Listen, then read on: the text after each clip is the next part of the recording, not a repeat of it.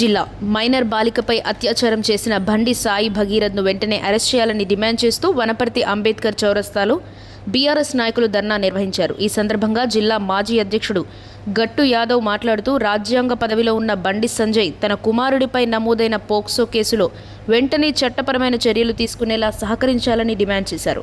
బాధిత కుటుంబానికి ప్రభుత్వం పూర్తిగా అండగా నిలవాలని కోరారు. కేసు నమోదై గంటలు గడుస్తున్నా నిందితుడిని అరెస్ట్ చేయకపోవడం పట్ల ఆగ్రహం వ్యక్తం చేసిన ఆయన వెంటనే చర్యలు తీసుకోకపోతే బీఆర్ఎస్ ఆధ్వర్యంలో ఆందోళనలు మరింత తీవ్రతరం చేస్తామని హెచ్చరించారు.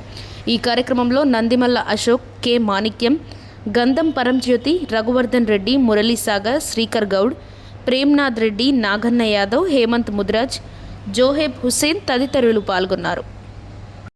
మాణిక్యం గారు, అదేవిధంగా విద్యార్థి నాయకులు హేమంత్ ముద్రాజ్ గారు, కౌన్సిలర్లు మురళీ సాగర్ గారు, అదేవిధంగా శ్రీకర్ గౌడ్ గారు, పట్టణ ప్రధాన కార్యదర్శి గంధం పరంజ్యోతి గారు, మహిళా నాయకురాలు కవిత నాయక్ గారు, అదేవిధంగా ఇక్కడ విచ్చేసినట్టు మాజీ కౌన్సిలర్లు, అదేవిధంగా సింగిల్ విండో ప్రెసిడెంట్లు అందరు కూడా హృదయపూర్వక ధన్యవాదాలు తెలియజేస్తూ ఇప్పుడు జిల్లా పార్టీ అధ్యక్షులు కేంద్ర రక్షణ శాఖ మంత్రి, సహాయ శాఖ మంత్రి బండి సంజయ్ గారి కుమారుడు సాయి భగీరథ్ గారు మరి 17 ఏళ్ల బాలికపై అత్యాచారం చేసి ఇప్పటికీ దాదాపు 50 గంటలు దాటుతున్నా కూడా పోక్స్ చట్టం కింద కేసు నమోదు చేసినా మరి ఇంతవరకు కూడా ఆయనను అరెస్ట్ చేయకుండా, పోలీసులు అదుపులోకి తీసుకోకుండా మరి రాజకీయ రణరంగంలో పోలీసులు వాళ్ళ తాబేదారులుగా పనిచేస్తున్నారు. ఇక్కడ తెలంగాణలో న్యాయం చట్టం ఉందా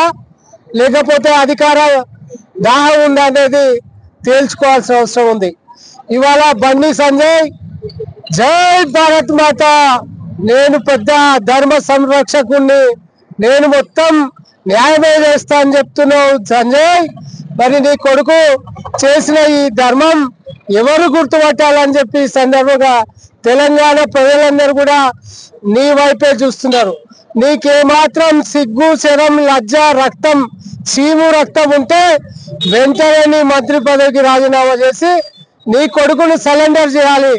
ఇవాళ నువ్వు మాట్లాడినావు నిన్ననే నమ్మొద్దండి అని చెప్తే ఏ ఆడబిడ్డ కూడా నా మీద అత్యాచారం జరిగిందని చెప్పి పోలీస్ స్టేషన్కి వెళ్ళదు.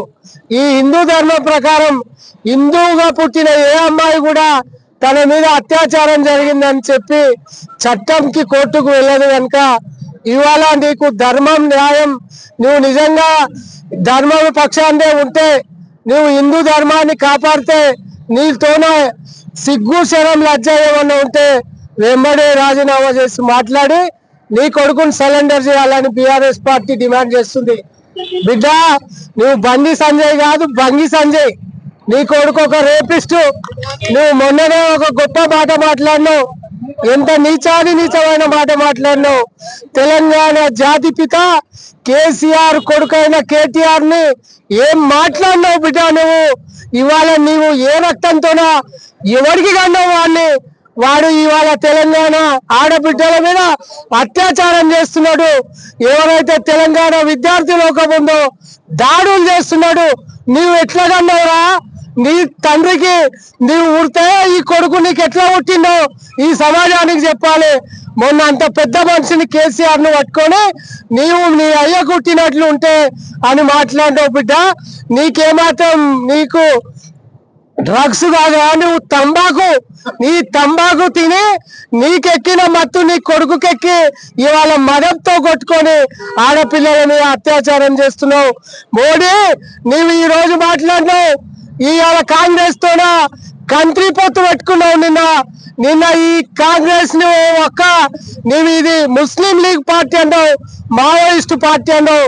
మరి అలాంటి పార్టీకి ముఖ్యమంత్రిగా ఉన్న రేవంత్ రెడ్డికి ఫోన్ చేసి నా ఎంబడ్రా నీ లక్ష్యం నెరవేరుతాయని చెప్పిన దుర్మార్గుడు నువ్వు, రాజకీయ వ్యభిచారివి నువ్వు అని చెప్పి ఈ సందర్భంగా బీఆర్ఎస్ పార్టీ నిలదీస్తుంది. బిడ్డ, మీరు అనుకుంటున్నారు మీ అధికారం ఇంకా ఎక్కువ రోజులు లేదు, ఇంకా 2 ఏళ్ళలో మీ ప్రభుత్వాలు పడిపోతాయి. ధర్మ సమాజాన్ని నిలబెట్టడానికి మరో కలికి అవతారం కేసీఆర్ గారు రాబోతున్నారు. మీ అందరూ అంతు చూస్తాం.